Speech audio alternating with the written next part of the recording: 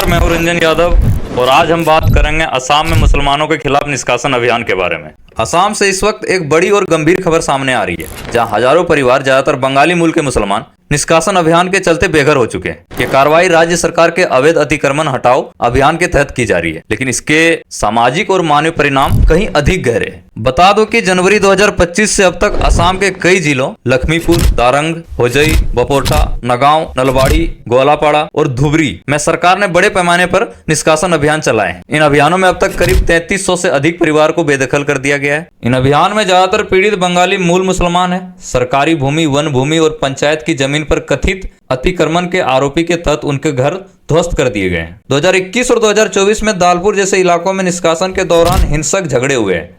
Police firing में कई घायल हुए और 2 की मौत भी पुष्टि की गई है। सरकार का दावा है कि यह अभियान अवैध अतिक्रमण हटाने और स्वदेशी लोगों को जमीन देने के लिए जरूरी है।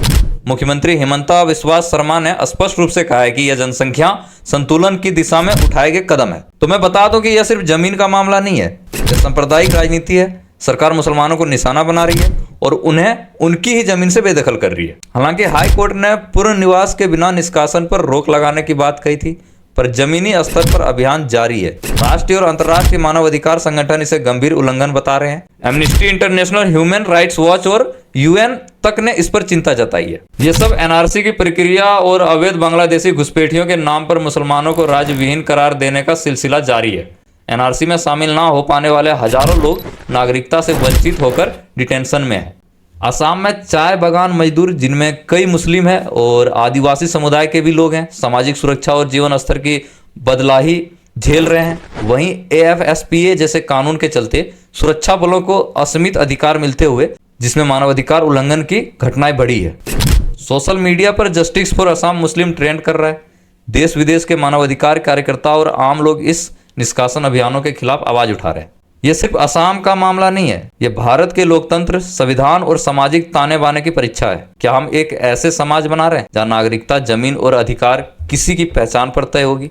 सरकारी दावे के अनुसार यह अभियान अवैध अतिक्रमण हटाकर स्वदेशी लोगों को जमीन देने के लिए किए जा रहे हैं, लेकिन जमीनी हकीकत ये बताती है कि प्रभावितों को उचित पुनर्निवास और मुआवजा दिए बिना उनके घर उजाड़े जा रहे हैं। असम गोलपारा जिले में जहां 2 दिन पहले करीब 1080 परिवारों को उनके घरों से बेदखल कर दिया गया, उनके घरों को बुलडोजर से तोड़ दिया गया, फोर्स भारी संख्या में तैनात रही और लोगों को खुले आसमान के नीचे छोड़ दिया गया। 10 जुलाई 2025 को गुवाहाटी हाईकोर्ट ने सरकार को निर्देश दिया था कि लोग अपनी मर्जी से 10 जुलाई तक जमीन खाली कर दें, लेकिन 12 जुलाई से शुरू हुए अभियान में कई जगहों पर हिंसा हुई, गिरफ्तारी हुई और एक व्यक्ति की मौत भी हो गई। मुख्यमंत्री हिमंता बिस्वा शर्मा ने 18 जुलाई को ऐलान किया कि आने वाले महीनों में गोलघाटा, उरियाम घाटा जैसे इलाकों में भी निष्कासन होगा। उन्होंने बांग्लादेशी घुसपैठियों का हवाला देते हुए इसे असम की जनसंख्या संतुलन बहाल करने की दिशा में कदम बताया है। सरकारी दावा है कि यह सब कानून के दायरे में हो रहा है, लेकिन विशेषज्ञ और मानवाधिकार संगठन इसे एक सुनियोजित सामाजिक और सांप्रदायिक अभियान करार दे रहे हैं। एनआरसी और डिटेंशन कैंप के अनुभवों के बाद ये निष्कासन असम के मुसलमान समुदाय, खासकर बंगाली मुसलमानों को सीधे तौर पर प्रभावित कर रहे हैं। मातिया डिटेंशन सेंटर में बंधकों की स्थिति, एनआरसी में छूटे लोगों का भविष्य और अब यह जबरन बेदखली, सभी ने इन समुदाय की नागरिकता और जीवन दोनों को संकट में डाल दिया है। राजनीतिक दलों का आरोप है कि सरकार इस अभियान को चुनावी रणनीति बता रही है। कांग्रेस, एआईयूडीएफ और अन्य दलों ने इस मुद्दे को लेकर विधानसभा और संसद में सवाल उठाए।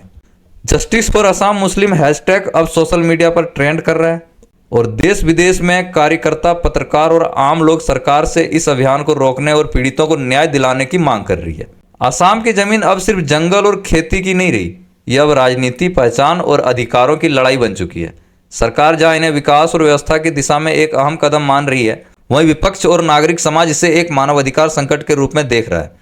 आगे क्या होगा यह कोर्ट जानता है और सरकार की नीयत पर निर्भर करती है। बारिश, धूप और भूख के बीच ये परिवार अब अनिश्चित भविष्य की ओर देख रहे हैं। स्कूल छूट गए, खेती उजड़ गई और अब घर सिर्फ एक सपना बनकर रह गया है। इन्होंने यहाँ अपने बच्चों को जन्म दिया है, ये इनका घर था और अब इन्हें बताया जा रहा है कि ये यहाँ के नहीं है।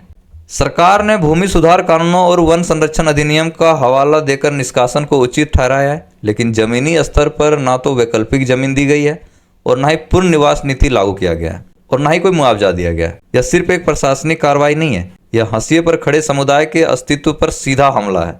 सरकार का काम लोगों को उजाड़ना नहीं, बसाना होता है, लेकिन यहाँ उल्टा हो रहा है। सिर्फ मुस्लिम होने की वजह से सरकार ऐसी चीजें कर रही है तो देश की कानून व्यवस्था कहाँ गई।